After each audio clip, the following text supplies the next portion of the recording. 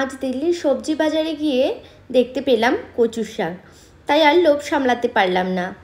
Hello everyone, আমি সুনয়নী। নমস্কার, সবাই কেমন আছেন?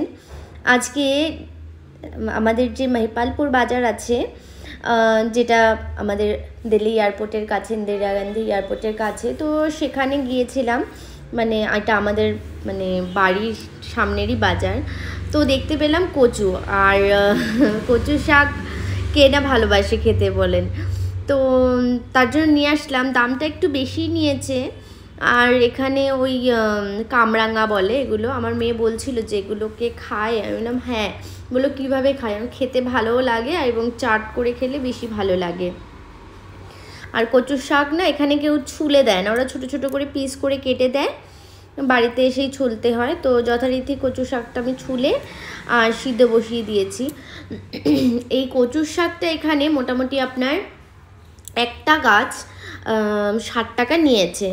এবার আমি জানি না কলকাতাতে কত, আপনার কলকাতাতে ওখানে কীরকম দাম সেটা জানাবেন কমেন্টে।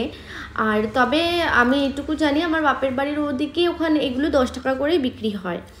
তো এর জন্য কচুর শাক, যেহেতু আমরা নিরামিষ খাই, মাছ মাংস আমরা খাই না, তো তার জন্য নিরামিষভাবেই রান্না করব কচুর শাকটা। তো তার জন্য বাদাম ভেজে নিলাম, আর এই শুকনো লঙ্কা আর হচ্ছে তেজপাতা ফোড়ন দিলাম। এটা হচ্ছে যেটা আমরা কাশ্মীরি রেড চিলি বলে চিনি, এটা হচ্ছে সেটাই। এটাকে আবার অনেকে ডেগি মির্চও বলে।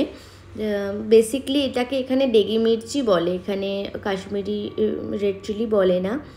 তো আর ছোলা ভেজানো ছিল, তো ছোলাটাকে আমি আর সিদ্ধ করিনি, এর মধ্যে দিয়ে একটু ভেজে নেব, তাহলে ছোলাটা না অটোমেটিকই সিদ্ধ হয়ে যাবে।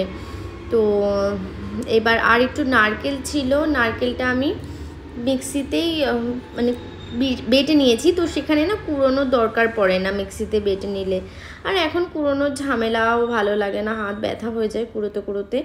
তো তার জন্য মিক্সিতে দিয়ে এটাকে বেটে নিয়েছি। বেশ সুন্দর ভাজা ভাজা হয়ে গেছে। আর একটু আদা, কাঁচা লঙ্কা আর জিরা মিক্সিতে বেটে পেস্ট করে নিয়েছিলাম, তো সেটাও দিয়ে দিয়েছি। আমার কেন জানি না, মাছ মাংস তো অবশ্যই ভালো লাগে, বলবো না যে ভালো লাগে না। তবে মাছটা যদিও খেতে পারি, কিন্তু মাংস বেশি খেতে পারি না, মাছও বেশি খেতে পারি না, যেহেতু এখানে আমার মাছ মাংসটা খাওয়া হয় না। তো যখন আমি কলকাতা যাই তখন অবশ্যই খাই, কিন্তু সেভাবে খেতে পারি না, খেলে পরে আমার শরীর খারাপ হয়ে যায়, জানি না কেন। তো তার জন্য আমার তবে কচু শাক, মোচা, এই যে আমাদের যে বাঙালি অথেন্টিক খাবারগুলো, আমার কেন জানি না ব্যক্তিগতভাবে ভীষণ ভালো লাগে। মাছ মাংস কেউ যদি না দেয়, আমাকে যদি কচুর শাক দেয় বা ধরেন মোচা দেয়, হ্যাঁ, বা শুক্তো দেয়, এগুলো আমার খুব বেশিভাবে ভালো লাগে। আর একটু মিষ্টি দিয়ে দিলাম। আমার একটু কেন জানি না কচুর শাকে মিষ্টি মিষ্টি খেতেই ভালো লাগে।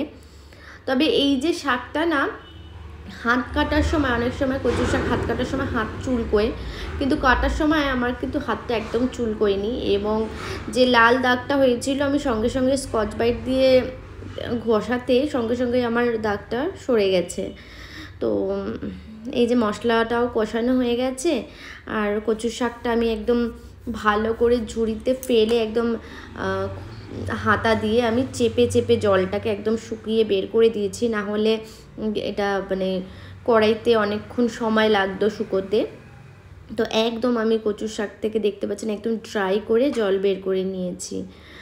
আর প্রথমে আমার ছেলে বলছে কি, আমি তো খাবো না, কিন্তু খেয়ে বলছে ওয়াও, ভীষণ টেস্টি হয়েছে।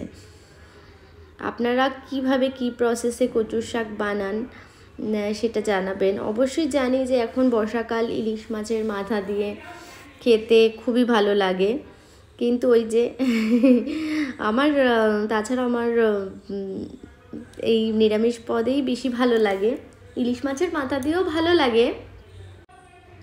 আজ হিন্দি ভাষা দিবস, তো সেই উপলক্ষে ইশিকাদের স্কুলে একটি প্রোগ্রাম হবে, তো ছোট্টখাটো প্রোগ্রাম, তো সেই ভিডিওটা আপনাদের সাথে আমি শেয়ার করছি।